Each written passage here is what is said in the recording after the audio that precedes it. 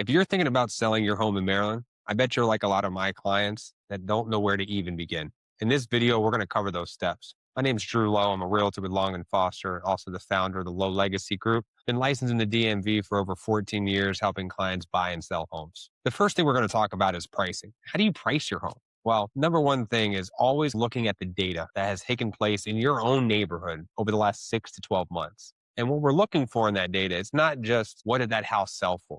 You want to consider things like, well, what did that house start at? Because a lot of people come to me and say, well, Drew, my neighbor sold for this price. And I say, that's great, but what price did they start at? So if you start too high, you're not going to get the traffic. So pricing is very important. Also, what you want to evaluate when pricing your home is what is your current competition in that area?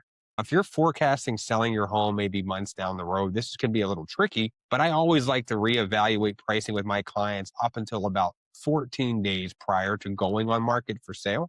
And taking into account all those facts, you're also going to start considering prep work, condition of those other homes compared to yours. All these factors are going to help you set a price. Once you've evaluated all that information, I like to put a customized CMA together for my clients.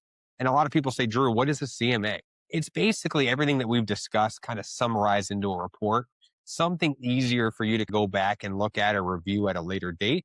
But it also is going to help us structure a game plan and what direction do you go in as far as pricing. Once you've evaluated that picture, I like to get into step two, which is going to be prep work.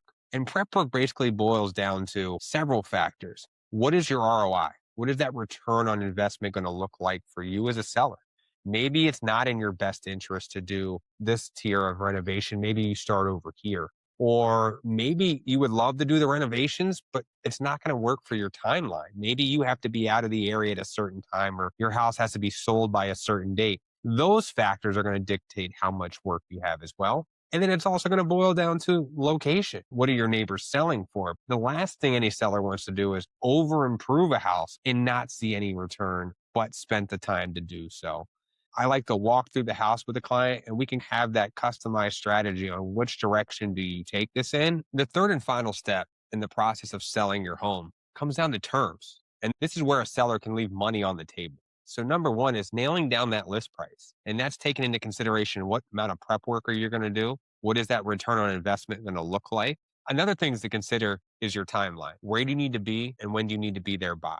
Also, your contingencies. Do you have to sell your current home in order to buy the next? Or maybe it's the relocation. Maybe you're moving for a job or need to be in a new area by a certain time. All of these factors are going to go into account when you're considering your terms. Another thing is seller concessions. And you might be asking yourself, why are we talking about seller concessions up front? I'm always going to prepare my client what could come about next, right? We always want to stay one step ahead. And if we're in an environment or a market where buyers are getting and asking for closing costs, I want my clients to be prepared for that.